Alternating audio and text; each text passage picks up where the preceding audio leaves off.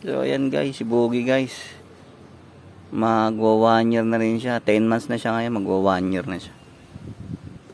So ito na siya guys after na 10 months. Yung mga sa likod. Compartment niya. Yung passenger row. Yung sa driver seat, tsaka passenger seat. Yan, all is good pa rin siya. Magwa 1 year na siya, 10 months na siya ngayon. So yun yung view niya. Ayan yung view niya sa likod.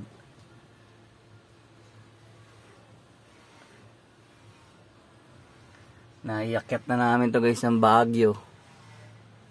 Recently galing kaming Sambales, galing Bataan.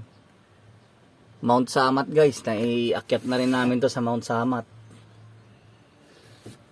So yun na, mag-1 year na siya guys, 10 months na siya ngayon. Yun yung ilalim niya.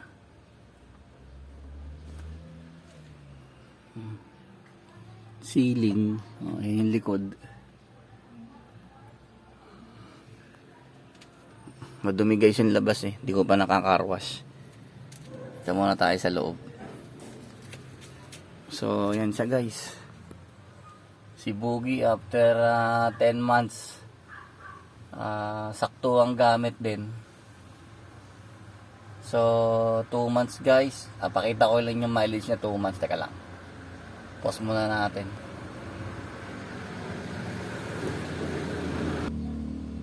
So ayan guys, 62,919 na siya.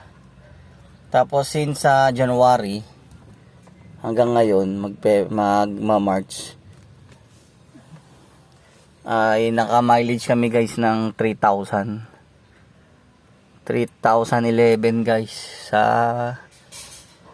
3,000 kilometer within 2 months. So January, February, magma-March na ngayon. So sa 2 months guys, naka 3,000 kilometer yung mileage na guys. Tapos nakuha namin siya 52,000 lang siya ngayon. Ano na siya guys, 62,000, nakaka 10,000 na kami. 10,000 na rin halos, 10,000 kilometer in 10 months. Tapos ito Trip B, ito guys yung nag-ano kami guys, yung siguro guys palagay mo na mga 600 yan, 600 kilometer. Cavite, Sambales, Bataan, Bataan, Pampanga, Cavite, pabalik.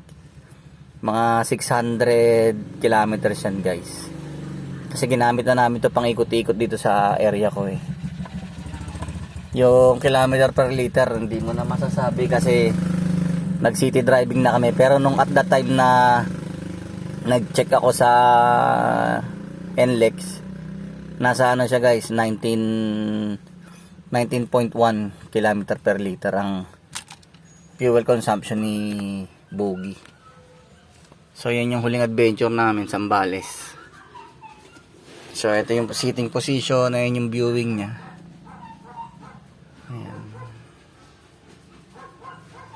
Ayan yung Tiptronic, fully auto, tsaka may ano siya, semi-manual Tiptronic, aircon, yan, handbrake, mga barya-barya.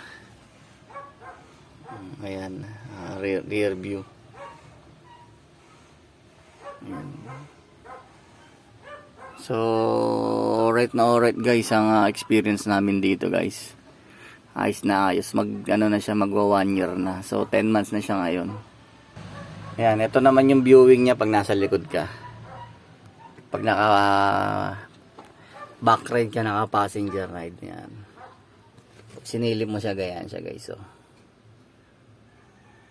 ayos na rin, praktikalan,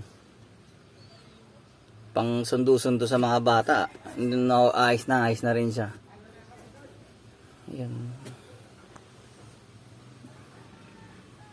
So, yun na guys. Alright. Ito ang aming minivan, si Boogie. Sana walang malalang sira sa darating na mga panahon. Maintenance lang, kalikalikot. Alright.